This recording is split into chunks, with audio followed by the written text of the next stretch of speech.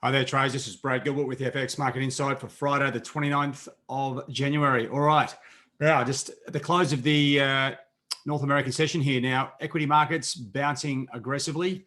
It's a little bit of one of those ones. It's a 24-hour move yesterday where they got hammered. Today, they've bounced back somewhat. This is a risk-on environment, okay? So you'd expect the dollar block to be going up, Euro, Sterling, Aussie, Kiwi. They all bounced pretty, I wouldn't say overly aggressively, but solidly, right? And the dollar pairs, well, they've come off. I mean, it may not look like it at the moment, but they've sort of just dribbled back down into the range. Dollar yen and dollar CAD sort of held on to most of their gains, but it's been one of those topsy-turvy days now. Why did the sort of risk appetite come back in? It was attributed to the jobless claims, right? So the numbers here, better than expected. They're only slightly better, but this is a really good sign for us because it means that macroeconomic fundamentals are coming back into play very quickly and the market is reacting to them, right? So when you look across the board and you're looking at the various news articles coming out, okay, there's a lot of talk about what's happening with GameStop and a lot of other tech stocks, gaming stocks in the US.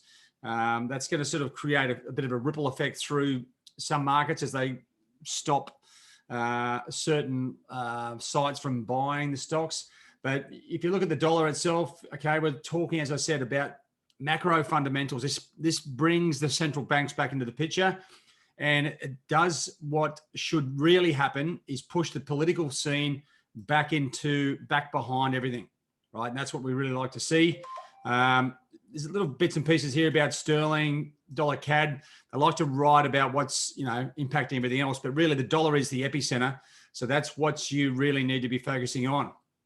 So just coming down through the data here, sorry, just scroll down here. There's the jobless claims there. Sorry, I was just on the wrong page there. 847 versus 900. So that's, it's not huge, but it's something. And the fact that the market is looking at it is a really good thing. So, this is going to liven trading up from here on in.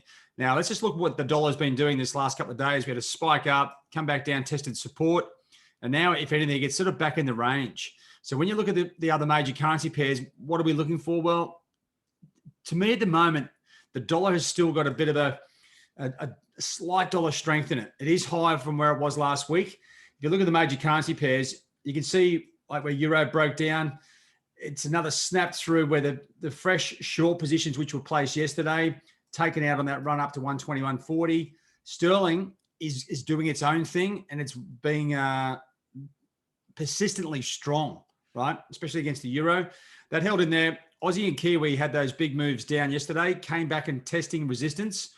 I think this is and actually you can see here, so where Kiwi broke down through the first level of support, came back, it should be acting as resistance. It blasted through there to the core resistance level, just below 72, the figure, where it held again. As I said, I think, the market, this is like the start of the year. So the equity markets are thrashing about. We're getting volatility, which is good. It wakes everyone up. We start to see what the dollar's doing, how it's connected to the equity markets.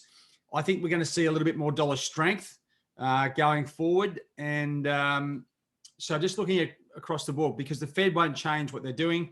You see dollar CAD spike to the top side, just at that other resistance level, or the longer term resistance level, now slightly back lower. Dollar yen, right? The safe haven trade. It's out of the game at the moment, right? It's not really playing. And you can see here, the dollar index up and down, same as dollar Swiss, no major changes. So what does that do for us today? Well, it's, we've got to really come back and assess technically what's going on. We are starting to get a bit of a high here, not really a triple top, but we are starting to get some sort of levels of resistance up here. Reassess where the resistance is here on the Aussie, Kiwi. We need to look at where these highs are. Basically, prepare yourself for the next trade. And what we're really looking for is, what is the dollar doing next? What's the dollar going to be doing? Okay, that's what your sort of focus is. And if I just bring you back over to where you can sort of work this out, if you do have Metastock, right, keep an eye on the equity futures, right? So once the stock market shuts, these equity futures will give you the direction for the equities going forward. If they're up, well, you would expect that risk on appetite to continue. If they start to fall back, well, then, we might see a reversal. So it's very important you sort of focus on this, because that's where direction's coming from at the moment. The markets are lively. You can actually have a look here through the dollar. Some of the, I'd say the exotic dollar pairs got a little bit hit. The Hungarian forint, the Norwegian krona, and Turkish lira all sort of getting banged around. The major currency pairs here on the dollar, pretty consistent. Not a hell of a lot of movement just at the moment, but keep an eye on those. It can kick off. The good thing is, well, if you missed the opportunities yesterday, don't beat yourself up. The market is really coming back into life. The year has started. This week has really kicked into gear and flushed a lot of fund managers out, especially around this some of the major equity moves. It's going to liven things up. The data's back in play. It's all looking pretty good. So right now, you know what? We've had the big move down yesterday. We've had the correction today. What's coming up next? Well, usually after 2 big days, it sort of settles down a bit, unless we get some other weird news coming out. And I don't know if that's on the agenda geopolitically. Looking at the data coming down here through we've got the 30th. There's a few things coming out. The PCE price index. It'd be interesting to see if the US inflation numbers really do come into play, because that's the sort of core tier of the macroeconomic fundamentals. So that'll be good to see what's going on there. All right, guys, that's it from me. It's if anything, this is really good. I mean, I'm liking what I'm seeing. We're going to see all these currencies start to make a lot more sense, and hopefully we can get some consistency on the dollar, and that's going to make it easier for all of us to start making some coin. So today, actually, one thing just to finish on that, I've spoken a few times on a few presentations here and there. Now, when the currencies go from a high to a low, right, on any sort of given day, that is usually 150 points. Now, I'm not talking about the average daily range. I'm talking about on a single day, a 24-hour period, how far do the currencies go? It's usually 150 points. And this is primarily because, when I was working at, say, Citibank and a few of the other banks, the central banks come in and smooth the moves, right? They don't intervene to stop it, but they just don't like to see excess volatility. So the market sort of works around 150 points. So if you're looking, say, Aussie and Kiwi here, and the Kiwi is a good example here, or in the Aussie. So if these things have gone so far, they're probably not going to keep going up right at this point. Doesn't mean they come straight back down, but they won't continue higher. So just have a look at your ranges across the board here.